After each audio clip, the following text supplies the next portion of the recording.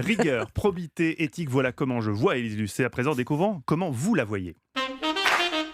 C'est la journaliste d'investigation. C'est France 2, offense 1. Elle est un peu fouille-merde. Faut pas lui retirer le fait qu'elle est aussi une excellente enquêtrice. Et moi, je n'aime pas quand Madame Lucet court après les gens en disant « il veut pas m'interviewer ». C'est évident. Ça frisait un peu le harcèlement selon moi, mais vaut mieux un harceleur gentil que pas d'harcèlement du tout. C'est une journaliste, oui, qui est spécialiste des questions à problème.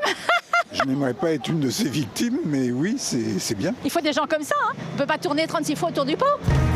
Bon, alors, France 1, France 2, c'est un peu flou encore dans l'esprit des gens. Pour moi, la phrase à retenir, Alice, c'est ça frise parfois le harcèlement, mais mieux vaut un peu de harcèlement que pas de harcèlement du tout. Ça résume bien.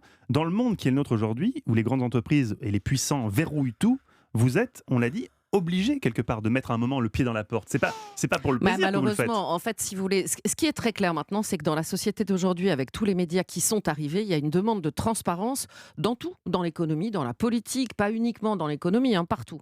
Et cette demande de transparence, je pense que la plupart des grands leaders, qu'ils soient politiques ou économiques, ne l'ont pas perçu immédiatement. Pour moi, il y a eu un déclic, ça a été, en ce qui concerne la politique, en tout cas l'affaire Cahuzac.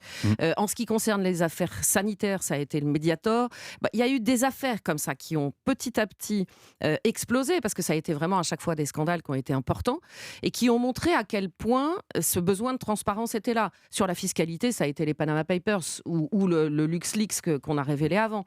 Et ce besoin de transparence, dans certaines entreprises, bien sûr qu'ils n'ont pas envie de nous voir, bien sûr qu'ils n'ont pas envie de nous répondre. Mais quand on a fait notre enquête, par exemple, sur le plastique dans Cache Investigation, le numéro 2 de Coca-Cola s'est quand même déplacé d'Atlanta pour venir à Paris pour nous répondre. Ah oui, c'est pas rien. Et il est américain, il avait regardé 3 numéros de Cache Investigation avant pour savoir exactement à quoi se préparer.